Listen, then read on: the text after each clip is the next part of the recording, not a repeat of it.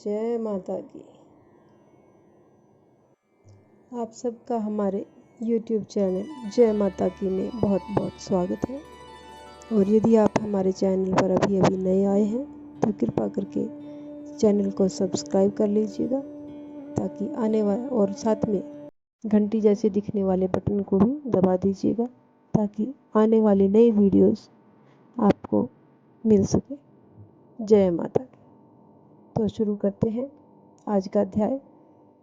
ओम नमः शिवाय। कर्पूर गौरम करुणावतारम संसार सारम भुजगेंद्रहारम सदा वसंतम हृदयारविंदे भवम भवानी सहितं नमामि। ओम नमः शिवाय। बोले भंडारी बाबा की जय। आज हम श्रावण महात्म्य में पढ़ेंगे। पहला अध्याय इस प्रकार है। श्रावण के महीने में श्रावण महात्म्य सुनने का बहुत ही पावन होता है। इसको सुनना और इसको सुनना चाहिए, पढ़ना चाहिए और जितना हो उसके दूसरों को सुनाना चाहिए। इसका अलग ही महत्व होता है। श्रावण मास का महात्म्य आज हम करेंगे। पहला अध्याय। सूत जी का कथन। एक बार सूत जी सोनक तथा अन्य ऋषिगणों की सभा में पधारे। सूत जी ने उन्हें आदरपूर्वक प्रणाम किया और बैठने के लिए आसन दिया। उनके बैठने के बाद मुनि श्रेष्ठ सोनक जी ने सूत जी से पूछा, हे प्रभु, हम सब मुनियों की इच्छा हो रही है कि आप हमें कोई ऐसी कथा सुनाइए जिसे सुनकर हम सब तृप्त हो जाए। हमने आपके मुख से अनेक आख्यान सुनकर आनंद प्राप्त किया है। आपके मुख से हमने तुला राशि का सूर्य होने पर कार्तिक मास का महात्म्य, मकर राशि का सूर्य होने पर माघ मास का महात्म्य तथा मेष राशि का सूर्य होने पर बैसाख मास का महात्म्य सुना है। इन मासों में से भी उत्तम कोई और मास हो तो हम उसका महात्म्य सुनना चाहते हैं। सोनक जी का आग्रह सुनकर सूत जी बड़े ही प्रेम पूर्ण शब्दों में बोले कि श्रोताओं में निम्नलिखित 12 गुण होने चाहिए। दंभ रहित, आस्तिक बुद्धि, शठता रहित, परमात्मा में भक्ति, भगवत चर्चा सुनने की तीव्र इच्छा, नम्रता, ब्राह्मण भक्त, सुशील स्वभाव, धैर्यवान, पवित्र, तपस्वी तथा दोषारोपण रहित।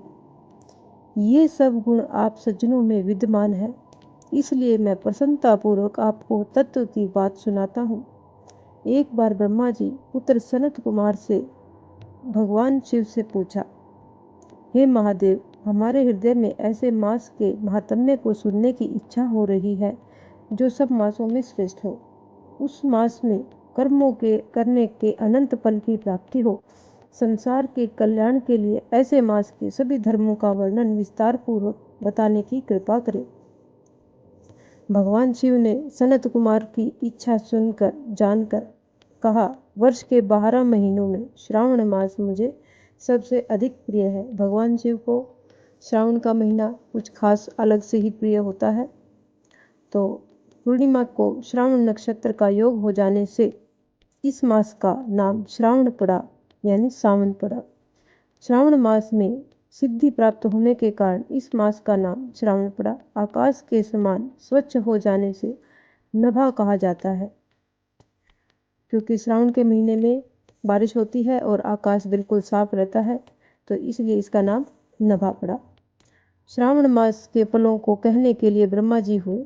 इसका महात्म्य को देखने के लिए इंद्र हुए और भगवान अनंत ने इसके फल को कहने के लिए 2 सहस्त्र जीवा धारण की थी। इसलिए श्रावण मास के धर्मों की गणना करने के लिए पृथ्वी पर किसी में भी सामर्थ्य नहीं है। इस मास की कला को भी अन्य मास प्राप्त नहीं कर सकते। इस मास का कोई भी दिन व्रत शून्य नहीं है। इस मास की सब तिथियां व्रत वाली है, यानी श्रावण मास का प्रत्येक दिन किसी न किसी व्रत से कम नहीं होता है। जिस दिन भी किया जाए वही व्रत माना जाता है। सच्चे मन और श्रद्धा भाव से जो जिस दिन भी व्रत कर लिया जाए वही संपूर्ण माना जाता है। तो सनत कुमार जी बोले, हे महादेव, आपने अभी बताया कि इस मास की प्रत्येक तिथि व्रत वाली है, अतः आप मुझे बताइए कि किस तिथि में कौन सा व्रत रखा जाता है, उस व्रत का अधिकारी कौन है, उसका फल क्या मिलता है तथा उस व्रत को करने की विधि क्या है, किसने इस व्रत को किया, उसकी उद्यापन विधि क्या है, उसका देवता कौन है, पूज्य कौन है, पूजन सामग्री क्या है, प्रधान पूजन किसका करना है, जागरण विधि क्या है, किस व्रत का क्या समय है और क्या विधि है। हे प्रभु, आप मुझे ये सब बातें कृपा कर विस्तार पूर्वक बताने की कृपा करें। श्रावण मास आपको क्यों प्रिय हुआ, इसे पवित्रतम किस कारण से कहा गया, इस मास में कौन अवतार उत्तम माना गया है, इस मास में कौन सा अनुष्ठान करने योग्य माना गया है। हे प्रभु, आप सब प्राणियों के लाभार्थ मुझसे कहिए। रविवार से शनिवार तक जो व्रत आदि किए जाते हैं वह कृपा कर बताने का कष्ट करें।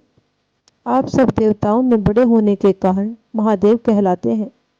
पीपल के पेड़ में तीनों देव ब्रह्मा, विष्णु और महेश का निवास कहा गया है। उसमें भी आपका निवास सबसे ऊपर कहा गया है। आप कल्याण रूप होने के कारण, शिव पाप नाशक होने के कारण हर कहलाते हैं। इसीलिए प्रभु जी को हर हर महादेव बोला जाता है, क्योंकि वो सभी के दुखों को हर लेते हैं। शरीर में गणेश जी का अधिष्ठान रूप 4 दल का मूलाधार नाम का चक्र है। उसके ऊपर 6 दल का ब्रह्मा जी का अधिष्ठान नाम का दूसरा चक्र है। सबसे ऊपर 10 दल का भगवान विष्णु का मणिपुर नामक तीसरा चक्र है। चौथा चक्र हृदय में 12 दल का अनाहत नाम का है। इस चौथे चक्र में आपकी स्थिति कही गई है।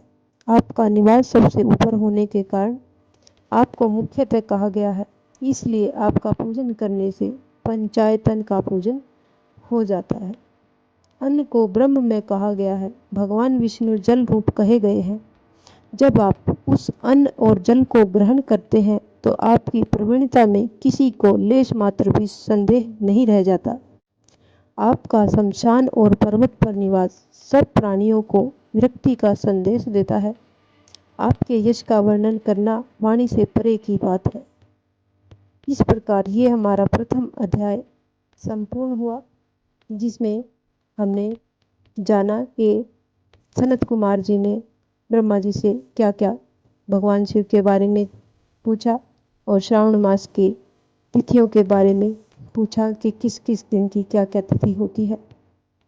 इस प्रकार से अब हमारा प्रथम अध्याय संपूर्ण होता है। जय भोले बाबा की। आखिर तक सुनने के लिए आपका बहुत बहुत धन्यवाद।